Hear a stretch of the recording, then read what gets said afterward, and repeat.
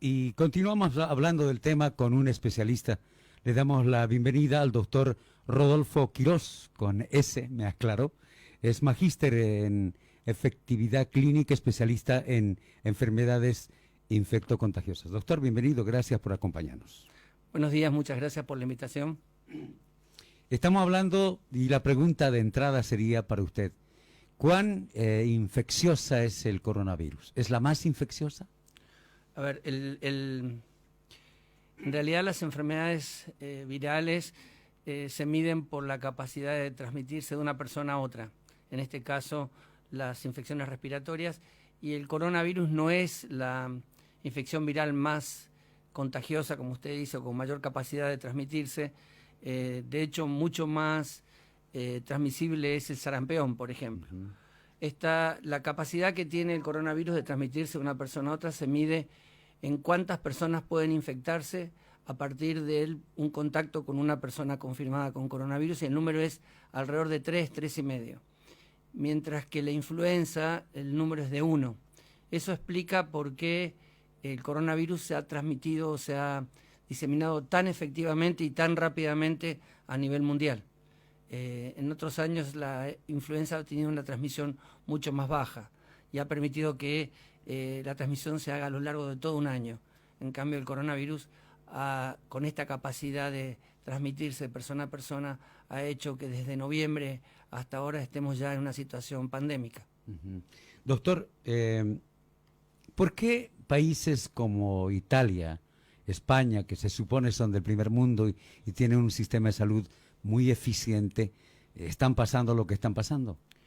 El problema con el coronavirus es que esta infección respiratoria, si bien en el 80% de los casos es una infección leve, que puede ser, llevada sin ningún problema en el domicilio de las personas, en un 20% requieren hospitalización.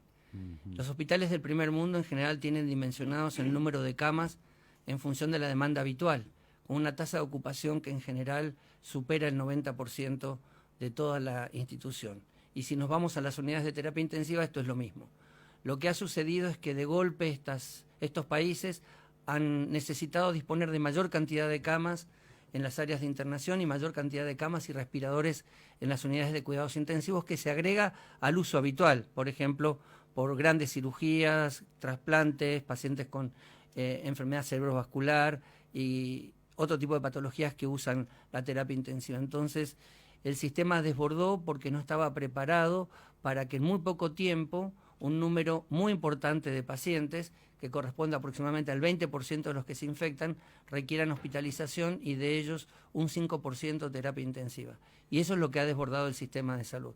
A eso se agrega la necesidad de implementar distanciamiento social, que las personas queden en su casa, lo cual complica mucho más el tema de la logística para que la asistencia médica pueda llegar a todos los pacientes que presenten síntomas de coronavirus.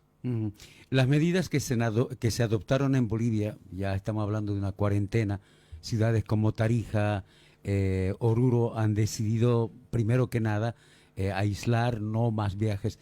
¿Son medidas adecuadas, oportunas?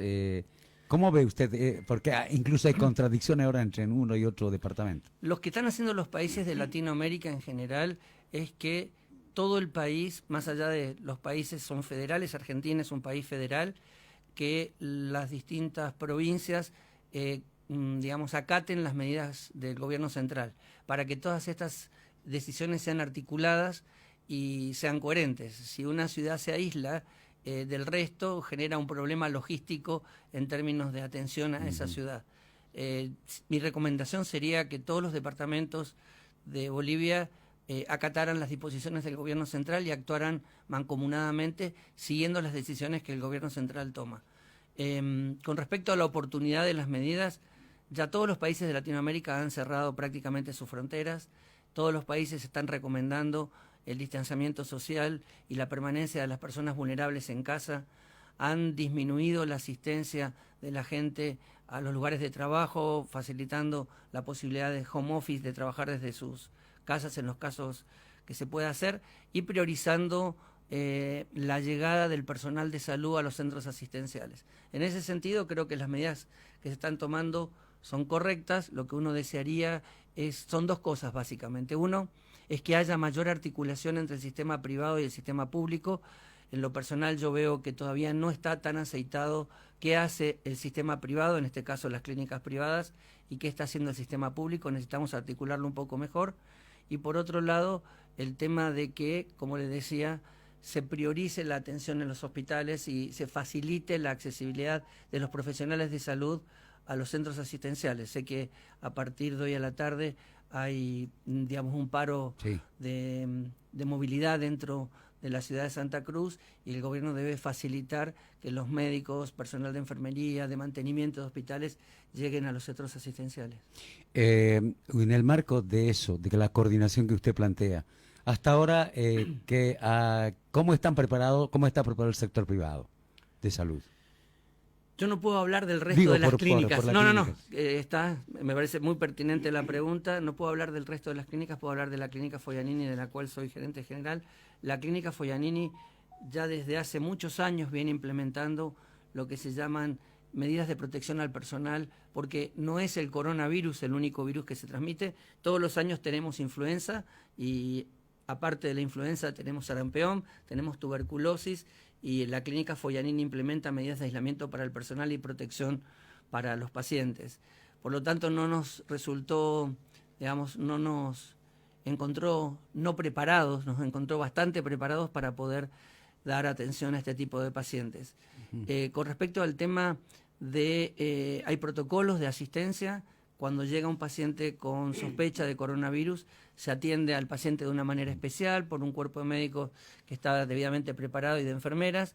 Se activa la toma de la muestra, se comunica al CEDES, y en función de eso el paciente, si no tiene criterios de internación, es derivado a su domicilio con el mandato de mantenerse en aislamiento respiratorio obligatorio hasta tener el resultado de la muestra, que habitualmente se tiene en 24 o 48 horas. Y en 48 horas se le comunica al paciente, si es negativo, que mantenga, digamos, su aislamiento hasta los 14 días después de haber salido de una zona de riesgo, haber tomado contacto con un caso confirmado, y en el caso de que sea positivo, ya el CEDES comienza a tomar contacto con el paciente para seguirlo en el domicilio. Esto es algo que está recomendado porque disminuye la demanda de atención en los hospitales y disminuye, por sobre todo, la exposición del personal de salud a estos casos confirmados, lo cual hace que el personal de salud esté más protegido para evitar que después el personal pueda contagiarse. Recuerde que lo más escaso en este tipo de situaciones es el personal de salud, tanto enfermeras como médicos.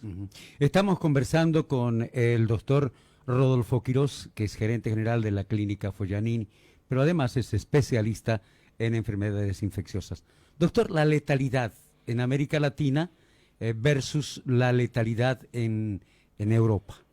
Bien, es muy interesante y pertinente la pregunta, porque cuando uno compara la letalidad de esta enfermedad, que es cuántos pacientes fallecen por infección de coronavirus con respecto a cuántos pacientes están infectados, los datos varían de país a país. China tuvo una letalidad de aproximadamente 3 a 3,5%, pero por el otro lado Sur Corea tuvo una letalidad muy baja.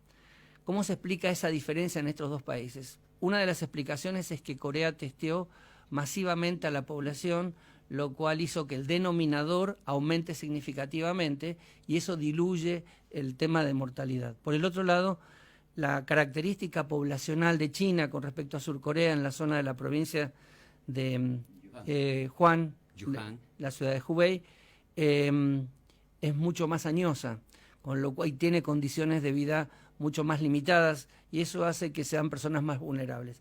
Justamente en Italia, el área más afectada, que es la zona norte de Italia, como otros países europeos, tiene una pirámide poblacional que no es como la pirámide latinoamericana, donde la base, que es la gente joven, es muy amplia, sino que tienen una parte superior, donde están las personas mayores de 60 años, que es muy abultada. Y justamente es el grupo vulnerable.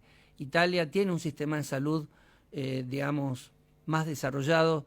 España mucho mejor que Italia, porque es un sistema público, donde todos los habitantes de España acceden al mismo sistema de salud. Sin embargo, la mortalidad es alta, probablemente por la longevidad de esas personas. Entonces, vuelve a ser relevante el hecho de proteger a las personas vulnerables, que son los mayores de 60 años, las personas con diabetes, con hipertensión o con enfermedad cardiovascular.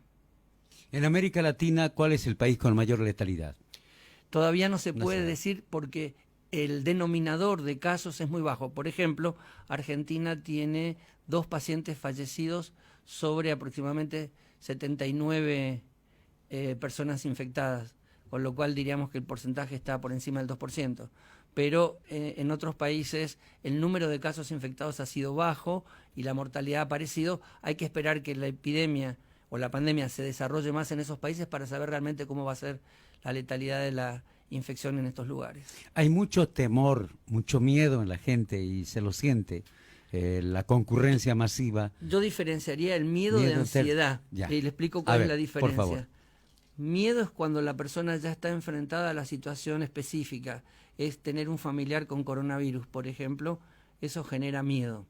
En cambio, ansiedad es una situación de un miedo anticipatorio. La gente sabe que no hay circulación masiva de coronavirus en Bolivia y aún así está ansiosa, y está ansiosa porque está preocupada por lo que pueda llegar a venir. Entonces, ¿cómo resolver el tema de la ansiedad? Con información. Y lo importante es decirle a la gente qué medidas tiene que tomar, qué medidas son útiles y qué medidas no son útiles en este contexto, porque si no la gente empieza a hacer cosas que no son estrictamente necesarias. Doctor, le agradezco muchísimo. Muy gentil. Gracias por visitarnos. Al contrario, gracias a usted.